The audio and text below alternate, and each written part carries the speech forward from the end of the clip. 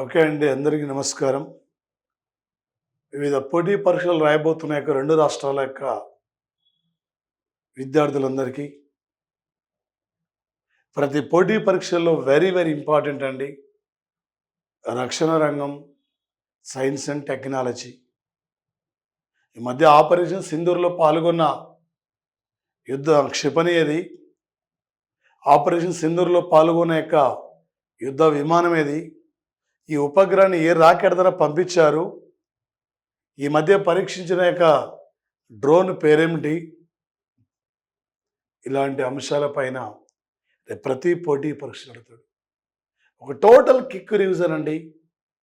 2024 నుండి 2025 ఈ రోజు వరకు ఉన్న యొక్క టోటల్ రక్షణ రంగం యొక్క ప్రధానమైన యొక్క అంశాలండి. ఏపీడిఎస్సి కానీ, ఏపీ కానిస్టేబుల్ కానీ, ఎన్టీపీసీ ఎగ్జామ్ కానీ 2 రాష్ట్రాల్లో నువ్వు ఏ పరీక్ష రాసినా కూడా ఇక్కడ నుంచి ప్రశ్న లేనిది ఎగ్జామ్ పేపర్ ఉండదు. గ్యారంటీ ఇవే రేపు ఎగ్జామ్లో అడగబోతున్న అంశాలు. మన యాప్లో ఫుల్ కోర్స్ ఉంది. యాప్ను పర్చేజ్ చేసుకోండి. Total enough English medium, Telugu medium కూడా మన పీడిఎఫ్ ద్వారా కూడా మీకు అందిస్తున్నాం. మన క్లాసెస్ పూర్తిగా మీరు వినియోగించుకోండి. చూడండి సార్, ఇక్కడ 2025 మే 29 నాడు శుభాంశు శుక్లా అంతరిక్షంలోకి ఏ మిషన్ సహకారంతో వెళ్లనున్న రెండవ భారతీయుడు. 1984లో రాకేష్ శర్మ తర్వాత తొలిసారిగా రెండోసారి అంతరిక్షానికి వెళ్ళబోతున్న రెండవ భారతీయుడు. కల్పన చావ్లా, సునీత విలియమ్స్ మనోళ్ళు అయినప్పటికీ అమెరికా పౌరత్వం తీసుకున్నారు. అమెరికా నాసా స్పేస్ సెంటరే వీళ్ళిద్దరిని అంతరిక్షంలో పంపించింది. మనం మాత్రం పంపలే. ఈ ప్రపంచంలో అంతరిక్షంలో ఏదైనా విజయం సాధించిన తొలి దేశం అంటే రష్యా దేశం అండి. 1957లో లైక్ అనే కుక్కను పంపించింది. టెక్నికల్ ఇష్యూ వల్ల చనిపోయింది. 1961లో యూరీ గగరిన్, 1963లో వాలెంటీనా తెరెస్కోవా ఇద్దరు తొలిసారిగా స్పేస్లోకి వెళ్ళిన వ్యక్తి అంటే యూరీ గగరిన్, స్పేస్లోకి వెళ్ళిన ఉమెన్ అంటే వాలెంటీనా తెరెస్కోవా అండి. ఓకే, కల్పన చావ్లా 1997లో వెళ్ళింది. 2003లో వెళ్ళి ఫిబ్రవరి 1న భూమికి తిరిగి వస్తున్న సమయంలో టెక్నికల్ ఇష్యూ వల్ల కొలంబియా నౌక ప్రమాదంలో చనిపోయింది. సునీత విలియమ్స్ ఈమెది ఎన్ఆర్ఐ పర్సన్, గుజరాత్ రాష్ట్రము. 2006లో వెళ్ళి 195 డేసు, 2012లో వెళ్ళి 127 డేసు, 2024 అంటే 24లో వెళ్ళి 25 మార్చి 19th నాడు వచ్చి 286 రోజులు అంతరిక్షం నుండి 3 సార్లు స్పేస్లోకి వెళ్ళి భూమికి తిరిగి వచ్చిన యొక్క లేడీ సునీత విలియమ్స్ అండి. ఒక రాకేష్ శర్మ తర్వాత అంటే అంతరిక్షానికి వెళ్ళబోతున్న రెండవ భారతీయుడు అంటే ఈయనేనండి. శుభాంశు శుక్లా, ఉత్తరప్రదేశ్ రాష్ట్రం అండి. ఏంది? ఆక్సియం మిషన్ 4 పేరుతో Hungary country, Hungary, America, Poland.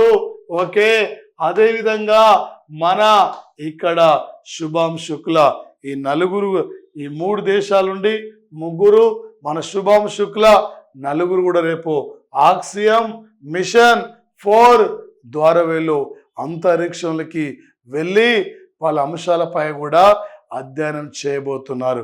రేపు గ్యారంటీగా పోటీ పరీక్షల్లో అడిగే అవకాశం ఉంటుంది.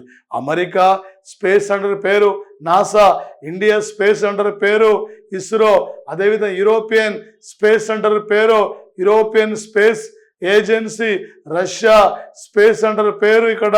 ఓకే, రష్యా ఇక్కడ స్పేస్ సెంటర్ ఇక్కడ సార్ రుస్తుమ్ ఇక్కడ.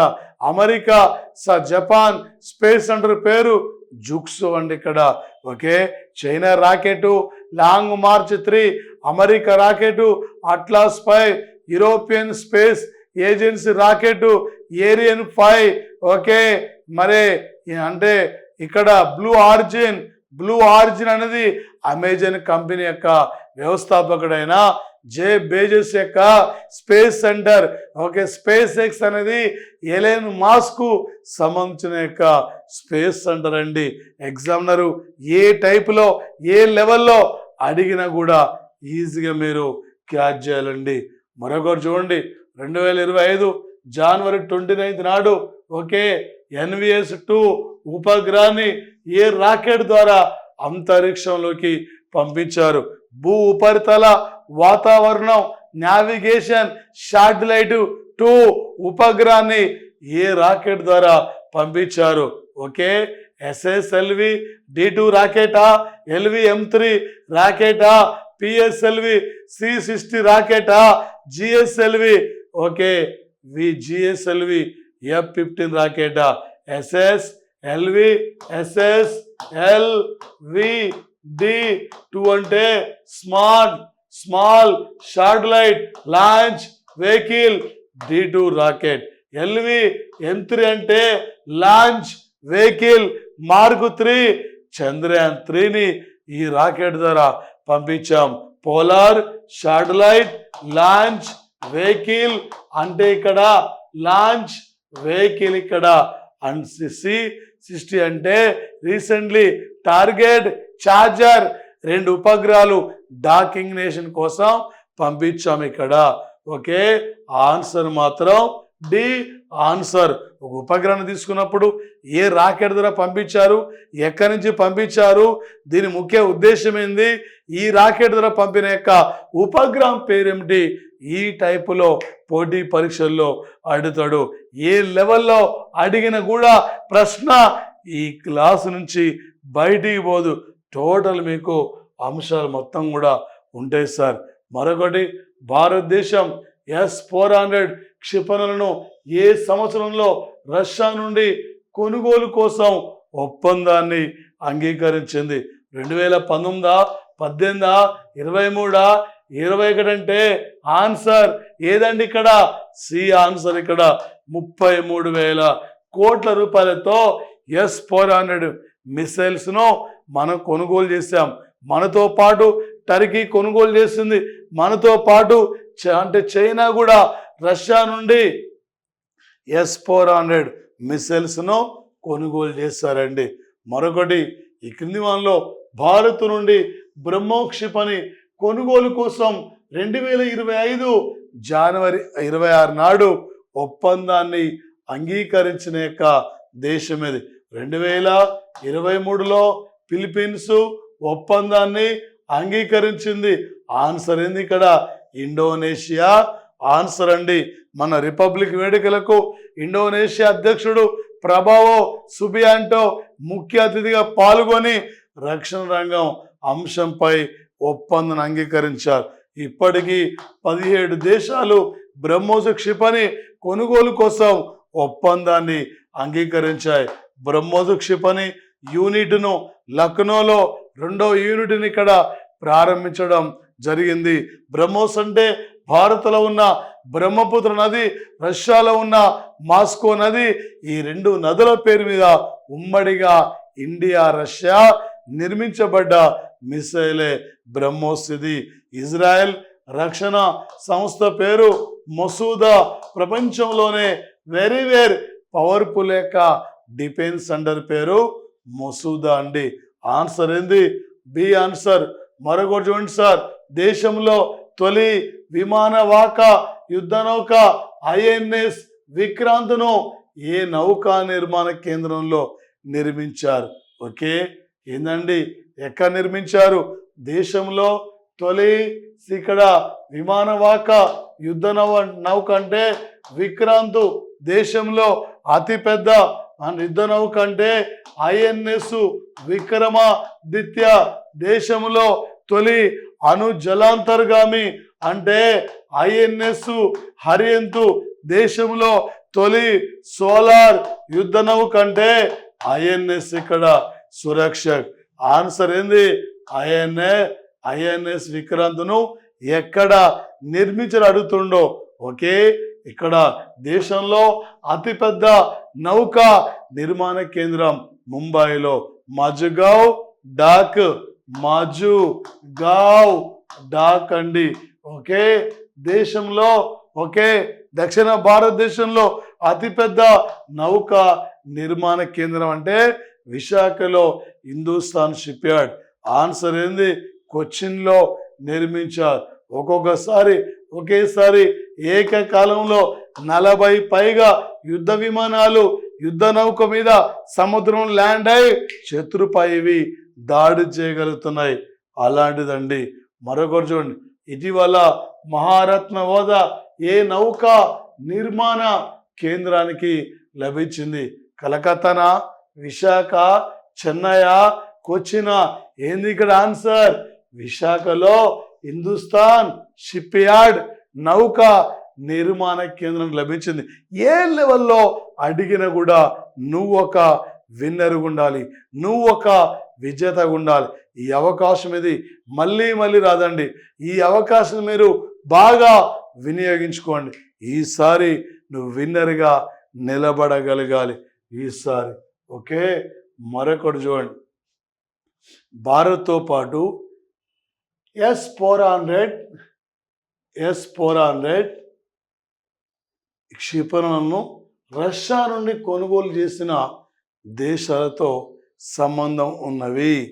భారత్తో పాటు ఏ దేశాలు కొనుగోలు చేసినాయి?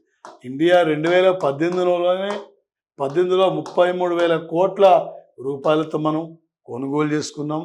ఆన్సర్ ఓకే, చైనా టర్కీనా, చైనా ఇండోనేషియానా, పాకిస్తాన్ టర్కీనా, ఉక్రెయిన్ ఇక్కడ ఓకే టర్కీనా? ఆన్సర్ ఏంది? ఓకే, చైనా టర్కీ అండి ఇక్కడ ఆన్సర్ A1 ఆన్సర్. మరొకటి చూడండి, ఆపరేషన్ సింధూర్కు నాయకత్వం వహించిన సోఫియా ఖురేషీ ఏ రాష్ట్రానికి చెందిన వ్యక్తులు? ఆపరేషన్ సింధూర్కి వ్యోమికా సింగ్ ఇక్కడ మరి సండే సోఫియా ఖురేషీ ఇద్దరు నాయకత్వం వహించారు. ఏ రాష్ట్రం అండి? అంటే సోఫియా ఖురేషిది గుజరాత్ రాష్ట్రం అండి, గుజరాత్ స్టేట్ అండి ఇక్కడ. మరొకటి చూడండి, భారత్ వ్యతిరేకంగా పాకిస్తాన్కు మద్దతు ప్రకటించిన యొక్క దేశాలు ఏమున్నాయి? టర్కీ, అజర్బైజాన్, ఉజ్బెకిస్తానా? టర్కీ, ఆఫ్ఘనిస్తాన్, అజర్బైజానా? టర్కీ, ఇజ్రాయెల్, అజర్బైజానా? ఓకే, ఆపరేషన్ సింధూర్కు మద్దతు ప్రకటించిన మొట్టమొదటి దేశం భారత్ కంటే ఇజ్రాయెల్ అండి. తర్వాత సౌదీ అరేబియా దేశం అండి. కానీ భారత్ వ్యతిరేకంగా పాకిస్తాన్కు సపోర్ట్ చేసిన దేశాలంటే టర్కీ, అజర్బైజాన్, ఉజ్బెకిస్తాన్ అండి. ఇవి ఇక్కడ ఆపరేషన్ సింధూర్ సమయంలో భారత్కు మద్దతు ప్రకటించిన తొలి దేశం ఏ దేశం అండి? Israel country. మన కండగా నిలబడతామని చెప్పి ఇజ్రాయెల్ ఇక్కడ మద్దతు ప్రకటించింది. ప్రస్తుతం జాతీయ విదేశాంగ కార్యదర్శి మీరే క్యాచ్ చేయండి. ఓకే, అలోక్ జోషి అంటే మాజీ సిబిఐ డైరెక్టర్ జనరల్. ఈ మధ్య ఓకే పాల్గామ్లో ఉగ్రవాదుల దాడి తర్వాత జాతీయ భద్రతా వ్యవస్థను బలోపేతం కోసం నియమించిన కమిటీకి చైర్మన్గా అలోక్ జోషి. అనిల్ చవాన్ అంటే CDS officer, chief of defence staff అధికారి. ఓకే, భారతదేశం యొక్క 3 దళాలను సమన్వయంగా నడిపించడానికి ఈ పదవిని 2020 జనవరి 1 నాడు సృష్టించారు. సిడిఎస్ బి అంటే ఇక్కడ ఆఫీసర్ అండి అనిల్ చవాన్. ఓకే, అజిత్ దోవల్ విధి అంటే జాతీయ భద్రతా సలహాదారుడు. ఆన్సర్ విక్రమ్ మిస్రీ.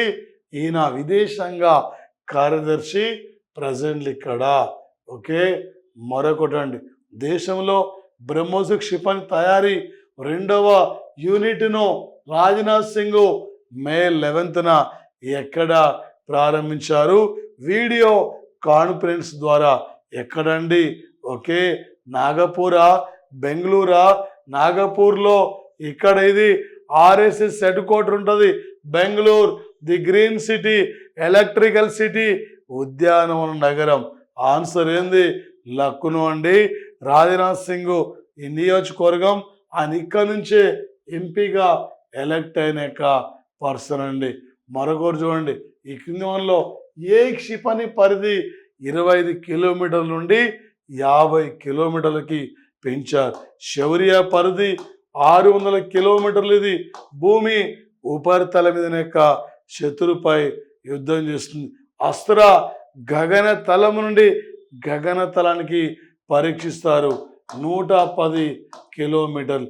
పృథ్వీ 150 కిలోమీటర్లు. ఈ దేశంలో తొలి క్షిపణిది మధ్యయుగ భారతదేశంలో రాజపుత్రుల కాలంలో చౌహాన్ వంశంలో మరొక వ్యక్తి అయిన పృథ్వీరాజ్ చౌహాన్ అండి. ఈయన పేరు మీద నిర్మించబడ్డ యొక్క మిసైలే పృథ్వీ క్షిపణి. ఆన్సర్ ఆకాశం అండి. భూమి ఉపరితలం నుండి ఆకాశంకి వెళ్ళి శత్రుపై ఇది అవలీలగా దాడి చేయగలుగుతున్న యొక్క మిసైల్స్ అండి. ఇవే రేపు ఎగ్జామ్లో పోటీ పరీక్షల్లో అడగబోతున్న యొక్క ప్రధానమైన అంశాలు. మన యాప్లో ఇక్కడ ఫుల్ కోర్స్ ఉంది, మీరు పర్చేజ్ చేయొచ్చు. ఇంగ్లీష్ మీడియం, తెలుగు మీడియంలో PDF రూపంలో కూడా మీకు అందిస్తున్నామండి. Okay, thank you.